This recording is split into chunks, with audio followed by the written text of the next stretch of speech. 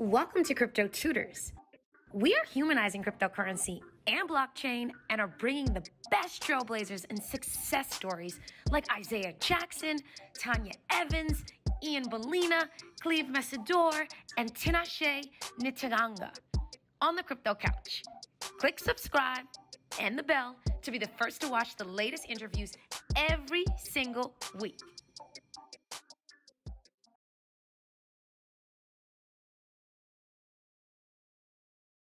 Crypto tutors, crypto tutors, crypto tutors.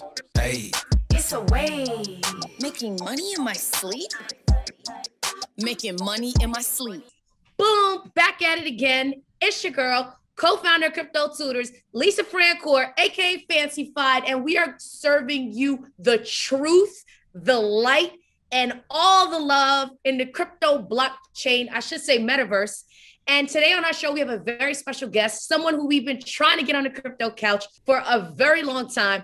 And I have the pleasure of introducing Mr. Ian Balina himself, founder of Token Metrics, someone who's been in this space for many, many years, someone who left his cushy corporate job at companies like IBM, Deloitte, to create an empire within the cryptoverse. He's going to be breaking down how he created his empire, coming from Uganda here to the US, and is a self-made multimillionaire as a result of the genius and how he was able to harness the power of crypto. So, Mr. Balina, welcome to the Crypto Couch. Quite the intro. Thank you so much. Glad to be here. We are just getting started. Let's take it from the top. I want to make sure that as we tell your story, a couple of things that I want to highlight, and I touched upon it earlier, I'm gonna circle back to it. And that is, your journey, right? You started, you're a native of Uganda. You came to the US at a very young age. And, you went to some amazing institutions. You worked for some incredible companies before you pursued your entrepreneurial path.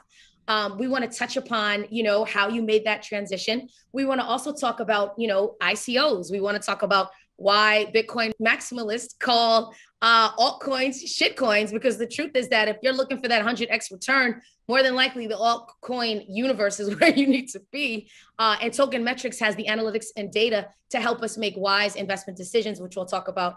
And then also, I come from tech, Ian. Like, I've been in tech for 10 plus years, software sales executive. We'll definitely want to talk about the role that AI and machine learning is playing within your ecosystem at Token Metrics and all the other organizations I'm sure that you're in the midst of building. So let's get started. Start us from the beginning. Take us back in time. You're, I think, around like 8 years old or so, and your parents decide to leave Uganda. I was 8 years old, born in Kampala, Uganda. When I was 8, my whole family came to the US, and pretty much I've been in America ever since then. Went to college at GW, George Washington University in DC, undergrad and grad school, majored in computer engineering. After that, went to work in IT at Deloitte as an IT consultant. Was there very briefly, then kind of discovered I didn't really want to be a consultant, because consultants were basically paid to bill by the hour, and they didn't really reward being efficient. So anytime I would finish any task early, I'll get basically yelled at for being too quick, right? Because that means that there was less income coming in for the company. So pivoted from there, I went to IBM, was there for 4 years. My first 3 years, I was a technical sales engineer, working on the IBM Watson brand, IBM Watson Analytics. So helping regular line of business people in sales, marketing, finance, IT, leverage the power of AI and ML without having to be ML engineers. So really making it more available to the end user. And then my last year basically crossed over to the dark side and joined sales, because I saw people in sales were making those big fat checks.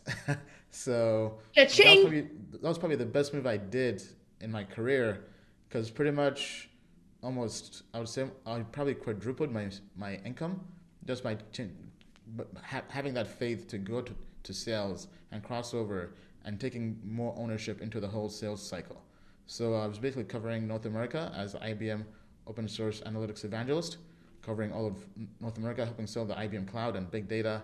And working at IBM was really where I discovered the passion for AI, ML, and data. Mm. So back in 2016, I got into crypto. A friend of mine said, "Hey, Ian, IBM is doing lots of great things in blockchain space. Can you put me in touch with the director of blockchain at IBM?" And I said, "Why do you care about this?" He was my age, developer on Bitcoin, about to launch a crypto hedge fund, and Ooh. that just boggled the mind. Somebody my age launching a crypto hedge fund, and because to me, Bitcoin was basically Silk Road and dark web. I didn't even know you could invest in it.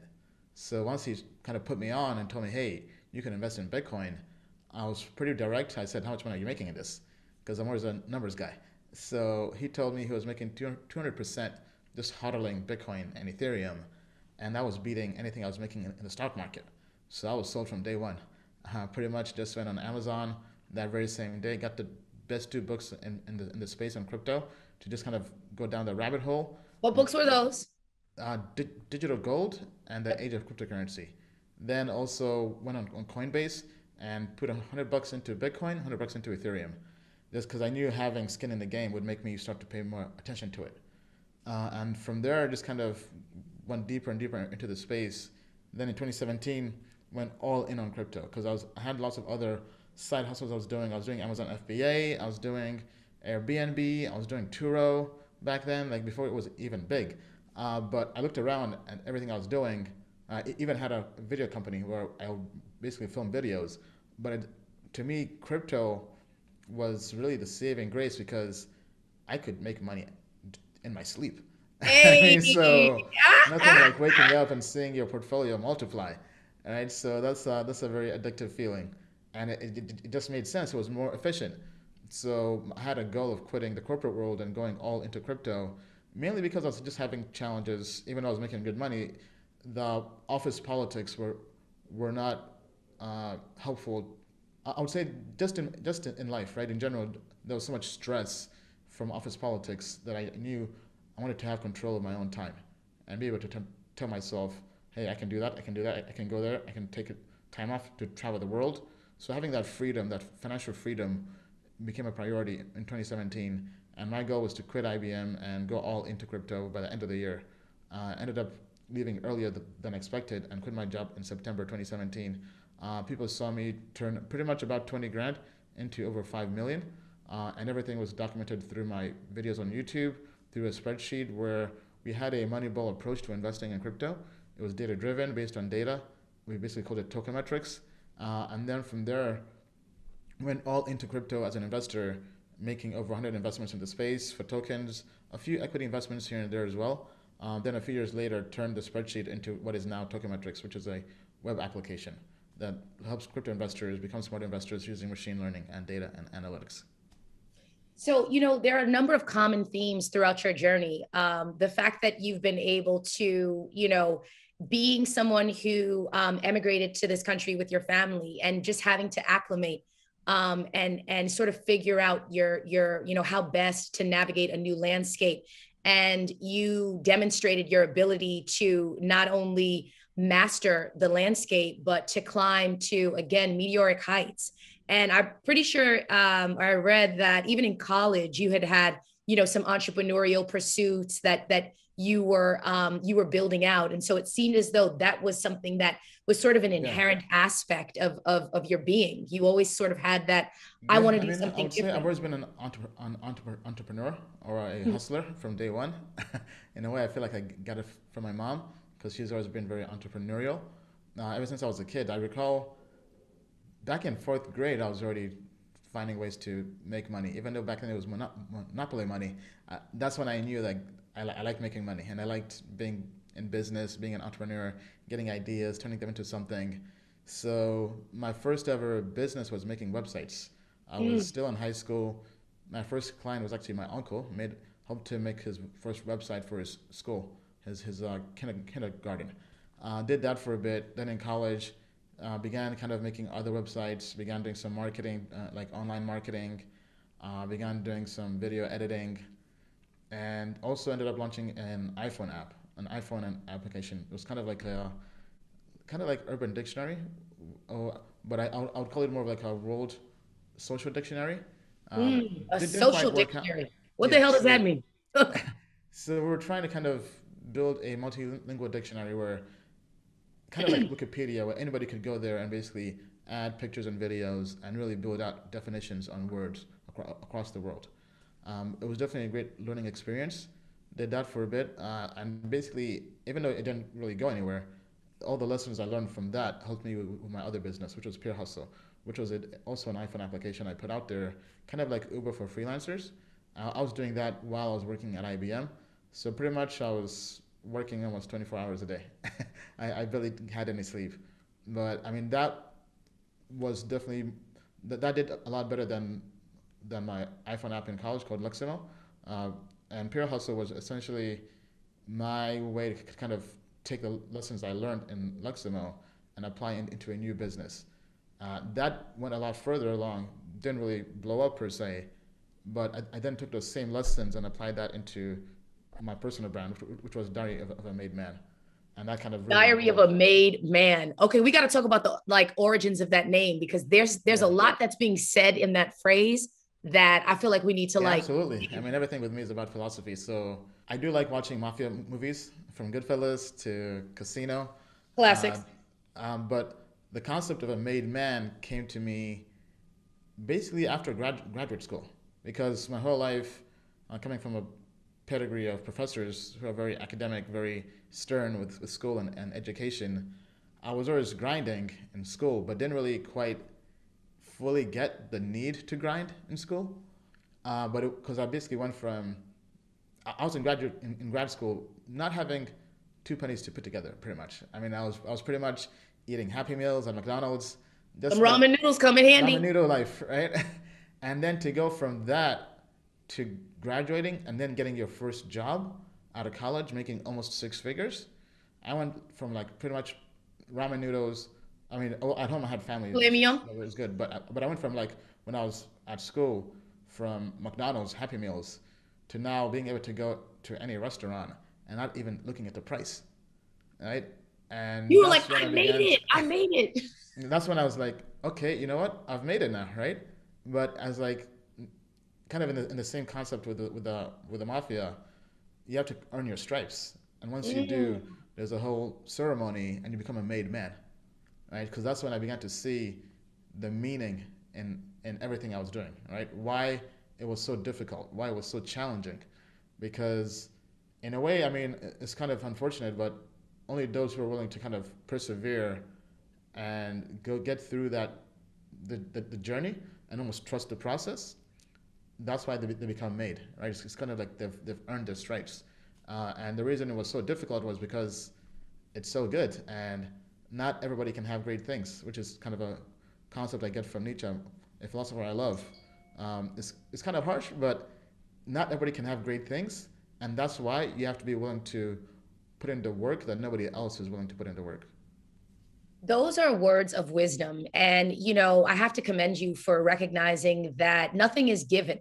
Everything is earned. Speaking of earning your stripes, I think it's also important to note that, you were able to build this multi-million-dollar empire with crypto very early on. And then, as you're doing, doing your thing and you're streaming Diary of a Made Man on air, a catastrophe of sorts happens. Your account gets hacked and you lose a couple mil. So like, what was that experience like? What did you learn? And how did that motivate you or even embolden you to get to where you are now? Yeah, I mean, I was pretty much hacked live on a YouTube stream at midnight with my audience. I lost $2.5 million in the hack. But for me, I didn't really panic. I mean, I probably just kind of felt bad about it for a few hours, but I have such large goals and expectations of myself that it was basically a hiccup, which some people don't quite get, right? I mean, I'm a very low-key person in general. I don't really wear my emotions on my sleeve. But the way I felt is, this sucks, I messed up, I'll take this L, like crying about it is not gonna get the money back, right? So I just have to kind of learn from this lesson and move on, right? Because people who follow me know that I have goals of becoming a billionaire.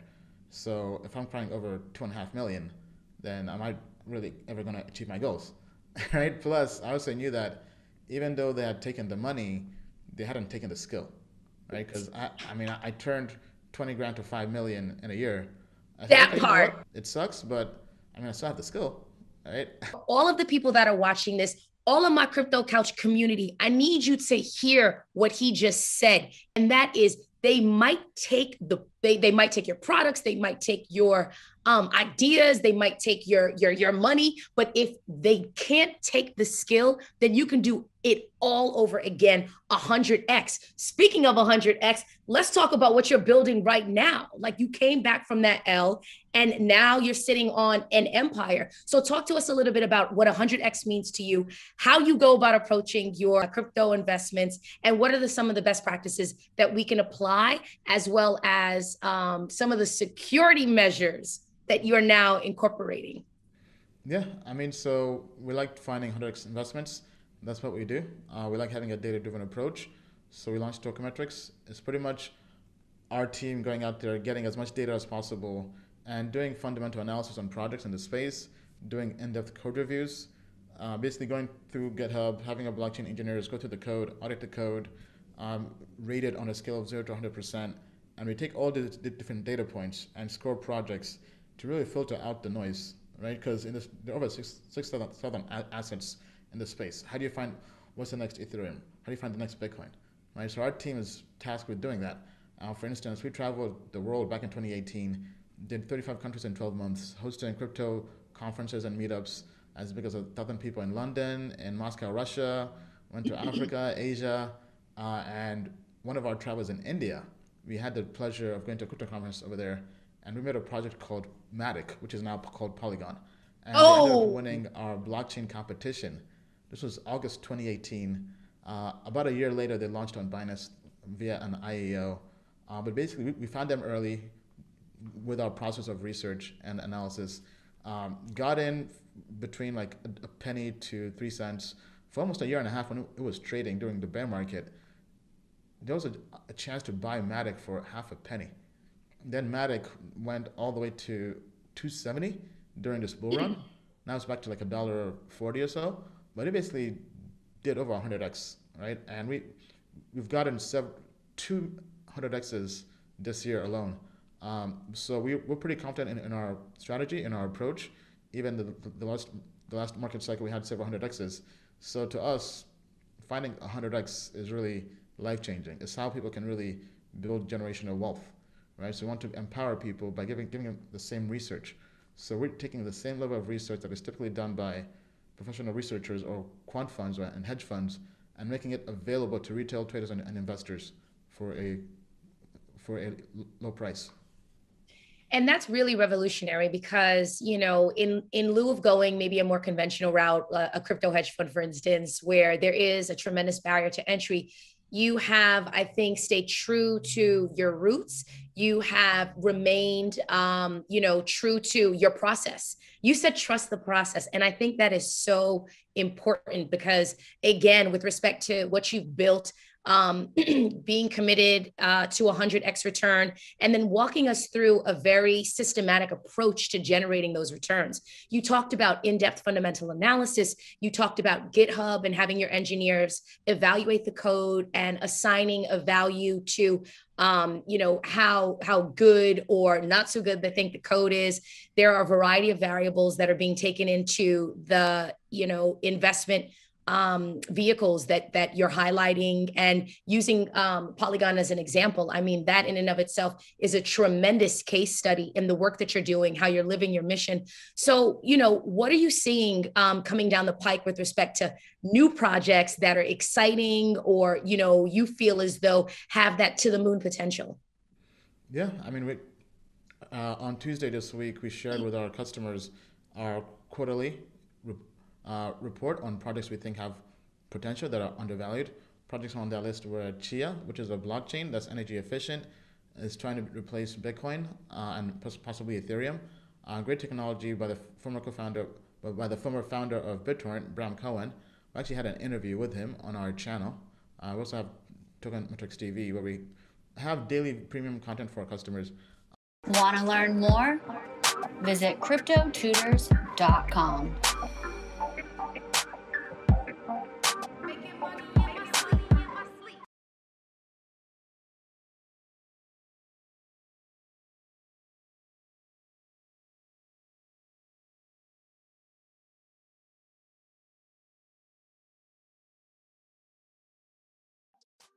This episode is sponsored by Cash App.